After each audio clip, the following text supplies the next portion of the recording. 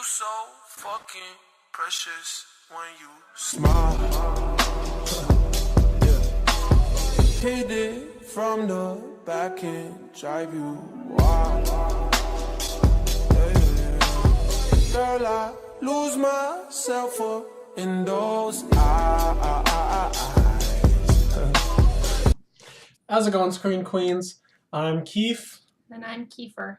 And welcome to the first installment of Ryan Gosling Month.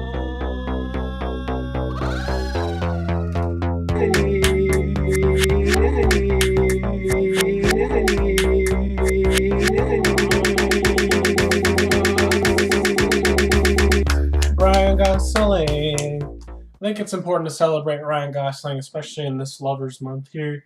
Ryan Gosling, you know, I would qualify him as the worst actor who makes the best movies. So, like, you know, he just talks to us girls the way we want to be talked to. He's handsome, but he's non-threatening. He's always interested in what, you know, we want to talk about. I think that's what makes him such a special treat for us ladies. Absolutely. So we want to give back to Ryan Gosling this month. We're going to be reviewing a bunch of Ryan Gosling movies, starting off here today with the new Blade Runner and Blue Valentine, both of which incredibly underappreciated Gosling films, I think is the theme that ties these two together. So why don't we jump right into the meat? Blade Runner 2049. There is an order to things. That's what we do here. We keep order. The world is built on a wall that separates kind. Tell either side there's no wall, you bought a war. Blade Runner 2049 is directed by Denis Villeneuve. I don't know how to fucking say it. He's French. He's so French. Kiefer hates him. Get the fuck out of here with your French-ass words.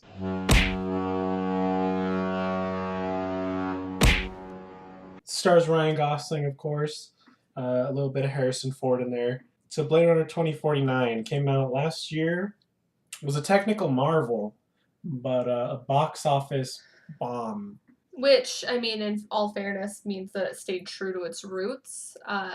Blade Runner had a lot of cult success, but almost no... It had no mainstream success for mainstream about success. 5 or 10 years, Yeah, I it believe. took a while. And I think that's because they're both incredibly boring movies. Well, let's talk about the original real quick. So, I've tried to watch the original twice. Same. I've fallen asleep both times. Same. I think the first time we tried to watch it, I made it maybe 10 minutes. And then the second time we tried to watch it, I made it about halfway. Yeah. And it was just like... Not to say anything of the story's quality or even the quality of the world of Blade Runner. Both those things are fantastic. I just think that Ridley Scott is a fucking hack fraud bitch. Yeah. It's a movie that takes itself way too fucking seriously. I'd say the second one suffers from a similar problem. However, the pacing in Blade Runner 2049 is largely fixed over the original. And of course, with the technological advancements, Blade Runner 2049 is easily the best looking movie maybe ever. So beautiful. I don't think that's even So an beautiful. exaggeration. No. That's the thing in Blade Runner 2049 is, well, the storyline was pretty much not anything I was interested in. The visual aspect of it was gorgeous, and Ryan Gosling, I think, was at his top of his game in this movie. I can't think of a movie other than Drive, of course, where he was this on top of his game. He had no, like, little hipster quirky moments. He was very serious in this role. I just think that, like you were talking about the setting and the story, it's a guy who kills robots, right? That's his whole job. Sounds really cool in this beautiful futuristic society, and then almost nothing happens. So get, like, the best storyline you can imagine, and then have nothing happen in it. Blade Runner, for the uninitiated, is 90% world building in the future, 10% plot. So, if you're interested... is a great world building, though. Yeah, if you're interested in sort of sci-fi dystopian type things, this is going to be like porn for you. A lot of Blade Runner could easily be backdrops of vaporwave videos and all that sort of thing. It's like nostalgia for the future. Mm-hmm. A lot of it's inspired by Tokyo and Shanghai architecture overlaid over the dirty, grimy LA downtown area. So it feels both foreign and familiar at the same time. Very much a realistic interpretation of the future. Maybe not 30 years from now, but 100 or so, maybe. Yeah. The color palette used in 2049 is very visceral. Like, I can picture this movie clearly, and it's been months since we've seen it. Like, I have specific scenes that stand out in my head, and like the tones, the soundtrack was incredible. The costume design was really fun. The vehicle design, it was just a fun movie to watch, but not to take in. I'd say I was with the story, which follows the story of Kay, who is a replicant working as a Blade Runner, which means that he is a replicant who kills replicants, who starts to believe that he might be the child of a replicant, something which has never before been seen. So he starts to have a bit of an inner conflict about what he's doing, considering he knows that his emotions are real, and he knows that the emotions of the other replicants are real, and he starts to believe that maybe replicants are more than just recreations of humans. Maybe they too can be humans. So that whole gritty look of the world really starts to come into perspective with this new take on the Blade Runner narrative, which is wonderful, because the original storyline is, it's all right. And I'm on my knees looking for the answer. Are we human or are we dancer? I'm not going to say that it's bad. Obviously, it's largely influential in the science fiction scene. But again, Ridley Scott. We basically have the first movie being a film about a man who falls in love with a sex robot. Absolutely. Wrong. She's not a sex robot, basically. But in this movie, we have a robot who can fall in love himself, which I think is always a more touching storyline. Because obviously Harrison Ford is capable of love as a human being. The question was always, are the robots capable of love? And this movie may or may not answer that question for you. I do want to touch on one scene in particular that stands out to me as being unnecessary and disturbing, in which Ryan Gosling has a holographic girlfriend who commissions a prostitute basically to have sex with Ryan Gosling. Very much like Her, like that scene in Her. However, the scene in Her was beautiful and I think really put together well, and this scene was very uncomfortable to watch for me. Well, and it's interesting that you bring up Her, because Her was sort of the anti-Blade Runner. It portrayed a much happier, much more in sync with technology future for LA. Everything's a lot brighter in that movie. Everything's a lot happier. So it would make sense that a very similar scene in Her would be a lot more lighthearted than a scene in Blade Runner. Although very drawn out. The effects of that scene, though, were gorgeous. The whole effects of this whole movie were incredible. I would like to know what the budget was for this movie. The kind of shit that they talked about when Avatar came out, they should have been saying the same shit about this movie. This movie is fucking gorgeous, just striking. Everything that in this movie is impressive, like beyond belief impressive, that they were able to pull off these vistas, and also just the sex scene in general, where you literally have two physical real women who they were able to overlay in real time perfectly, as you see the hologram sort of projects herself onto the real woman, and it kind of makes it look like she is physically real. I don't know how to describe it. It's one of those things you gotta see. You just have to see it. We were very lucky to see this movie in theaters. Yes. With, again, the nice sound system. Ooh, the surround sound system. This soundtrack gets in your bones. Try, if you know some fucking yuppie who has a home theater with an amazing surround system and some crazy 4K projector, that's the way to watch this movie. It is so engrossing, so beautiful. Just get ready for a really slow-paced story. And just you know, be in the mood to watch some sort of like future porn, and that's the kind of thing that this movie really is great at, fantastic at. Absolutely. From a visual perspective, this movie is beyond 10 out of 10 perfect. It's an 11 out of 10 film. The people who did the visual effects for this movie should be given every fucking Oscar for the next like 5 years. I don't think we're going to see a movie that looks this beautiful for a long, long time. It's very inspired and very, very impressive. But that's not what we're here to talk about. We're here to talk about the Gosling. So let's clock this in. So just to give a quick rundown of our Gosling rating system, if Gosling is clocking in at a 1, doesn't necessarily mean that he's being ugly or unattractive or unappealing in any sort of way. It just means that he's only going to do it for a small niche group of people. But if he's clocking in at a 5 Gosling, we hope you brought your ponchos to the theater, because that whole room is going to be a goddamn splash zone. So, let's talk about Kay. Let's talk about him. He's got a gorgeous swagger about him. He's got a great costume design. His Let's coat. talk about that costume design. There's something about a man in like a long coat, like almost like a trench coat, that just screams like danger. But then you put Kay in that trench coat, and he's dangerous, but also soft and sweet. And the nice soft colors on the coat as well really do it for the character. Mm-hmm. Let's talk about... He's like a futuristic Indiana Jones. It's the look. Yeah. It's a look, man. That is the look in this movie. He looks good. And he's got just this sad, I want to pick him up and make him feel better, give him some ice Especially cream. when he starts to believe that he could be a replicant child and starts to realize that some of his memories are based on true events, something that starts to happen throughout the film. Man, his performance is really convincing. He starts out as flat, and you start to realize that that's more of a visage that he hides his true emotions behind. And honestly, Gosling performs some really subtle things in this movie that are very powerful in certain contexts. Mm-hmm. So overall, I personally would clock Kay in somewhere around a 3 or a 4. I would clock him at a 3. Solid 3. Just because he doesn't do a lot for me personally, but I can see where the appeal would be with him as a character, especially watching his character grow throughout the film. He's beautiful to watch. He's a tragic hero. Absolutely. Overall, Blade Runner 2049, I would highly suggest it if you're a big fan of the original. It's way better than the first film. And if you're just a big fan of like really good effects and landscapes, watch it anyway. I think that the storyline for me missed the mark initially, but it's been months since I've seen it, and I find myself thinking about this movie at least once a day.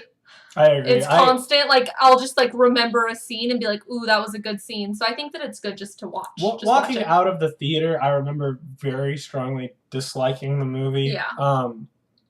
But again, once I kind of let go of the minor plot details that are kind of stupid and it's convoluted, this is easily one of the best movies I've seen in a long time.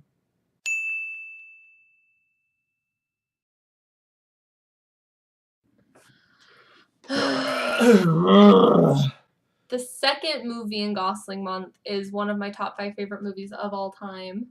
I watched it years ago, and finally, this guy watched it. The second movie in Gosling Month is Blue Valentine, starring Ryan Gosling and Michelle Williams. And it is a tragic one. And it's one of my favorite movies of all time. So I'm really excited. So let's talk about Blue Valentine. It is a love story, of course. It covers the rise and fall of a couple's relationship in real time simultaneously. Yeah, so there's a lot of flashbacks to when they first started dating compared to their current situation that they're in now, where they're raising about a 5 or 6-year-old little girl together, and there's just a lot of problems that you can see right off the bat, and it will juxtapose those scenes against scenes from when they first met and fell in love. It's really beautiful and really effective, and the acting is on point in this movie. We have Michelle Williams playing Cindy, who present day is an overworked nurse who is, trying to raise a daughter and also at the same time raise her husband, Dean, who hasn't really grown up a lot. Where Dean is, an alcoholic and is just trying to make the best of his situation. And he's a really great dad, but he's not really that great of a husband. And so we're seeing the collapse of this relationship and going back in time to when he was hunky and she fell in love with him. Yeah, and it was an unfortunate series of circumstances that brought them together and forced them to stay together. And as it's revealed throughout the film, you start to understand why their relationship is so dysfunctional. And the real strength of this movie comes down to the performances and the way this movie is shot. It feels like you're watching some sort of awfully depressed home movies. I did not feel that anyone was even acting in this movie. I felt that everything here was extremely genuine, very So real. authentic. The chemistry between these two is wild. Like both the positive chemistry and the negative chemistry was off the charts. This movie was shot. So we talked about Ghost Story and how Ghost Story was shot in like this vignette, you know, kind of condensed form. Letterbox Yeah. shit. This movie had the exact same effect without having to pull any pretentious stunts. Yeah. All of the up-close shots of their faces were incredible. You see a lot of emotion. There's a weird color correction on this movie that it feels like it was shot on a home cam back in the early 2000s. Yeah, wow. It was just great. It's just a great movie. Very sad. This is easily the most realistic couple I've ever seen portrayed on film, which is crazy to think. There wasn't any stupid movie moments in this. Characters have very fleshed out flaws. With both Michelle Williams and Ryan Gosling, you could see how they would have fallen in love and how they would have fallen out of love. And again, like I've said before, the performances from both these actors were so outstanding that you can't even tell that they're acting. This movie really touches on a concept that I find really interesting. I think I saw it on a quote on Facebook, like that my grandma posted or something, that talks about how when you fall in love with somebody, a lot of the time you fall in love with some of what you're going to perceive as flaws in the future. So Michelle Williams fell in love with Ryan Gosling because he was so different from her current boyfriend in the film. And he was so open-hearted and fun and sporadic and just an artist. And in the future, you see that's why the relationship declined, is because he was too sporadic. He was too much of an artist. He didn't have any drive to do anything. So I thought that was kind of interesting. So I don't think that there's a lot more to talk about with this movie because I think it's something that needs to be experienced. Almost everything that we've said I would almost consider soft spoilers, unfortunately, but without giving away the finer details, it's a movie that I think everyone should see. This is a great movie for the single folks this Valentine's Day, considering it catalogs, again, a very realistic rise and fall of a relationship with all kinds of problems that if you've been in a bad relationship before, you've probably experienced a lot of these things, whether you're on Michelle Williams' side or Ryan Gosling's side. What I found also interesting is I think it would even be a good movie for couples to watch because I've found in the days since we've watched it, I've been really trying to be better as a girlfriend because you do fall into negative patterns, and this movie really shows you where those negative patterns can get you. I find it to be very romantic in its own way. So I think that even if you are in a relationship, you could watch it with your significant other.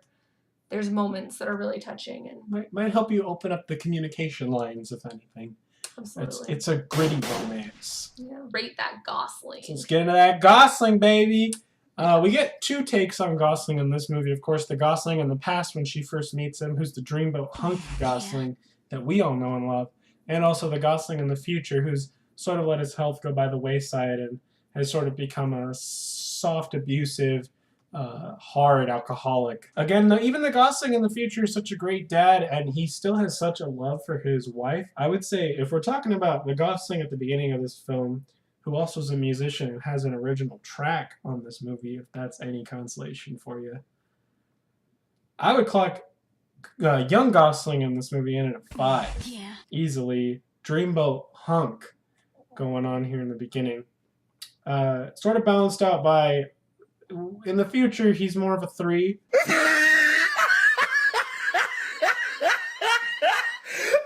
at the top of his head. So I would say average out here, you get a 4. Easily. Solid 4. Interesting. So I have the same final rating, but I would switch it. I find Ryan Gosling in the past to be too much for me to handle, and I would put him at a 3. Ryan Gosling in the future, given all of his mistakes and everything, I would still put him at a 5 because I think a lot of his negative qualities that he developed over the years or as a result of his wife not giving him the type of affection that he needed. And just seeing the kind of father he is and how much he's willing to try puts him at a 5 for me. So, still averages out at a 4, though. So there we go. Clocking this in at a 4 out of 5 for Gosling.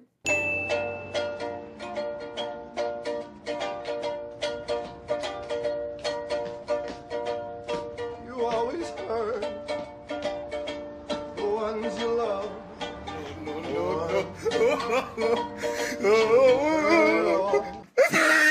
So again, 2 extremely underrated Ryan Gosling movies, both of which are fantastic.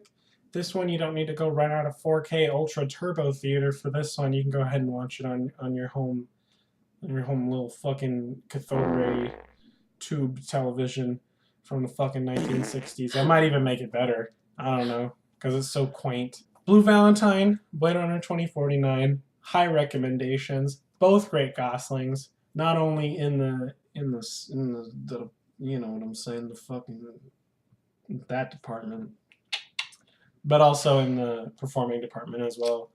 Ryan Gosling is fantastic in both these movies, and so is everyone else. Next, we're going to be reviewing The Notebook, which this guy has never seen. Coming up later on in this month, we also have, what else are we doing? Drive?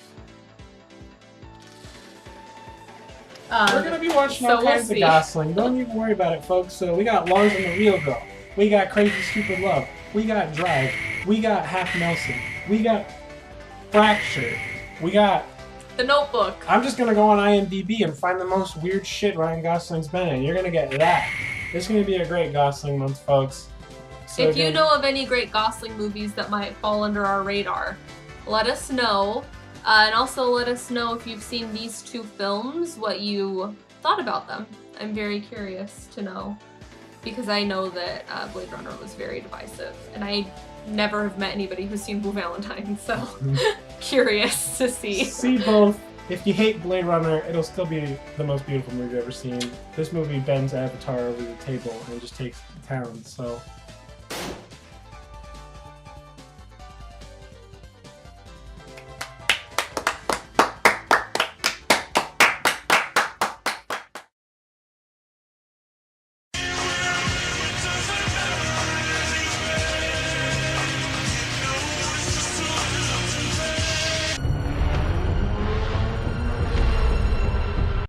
I'm very sorry to my mom and grandma for all of the sexual references that were in this video.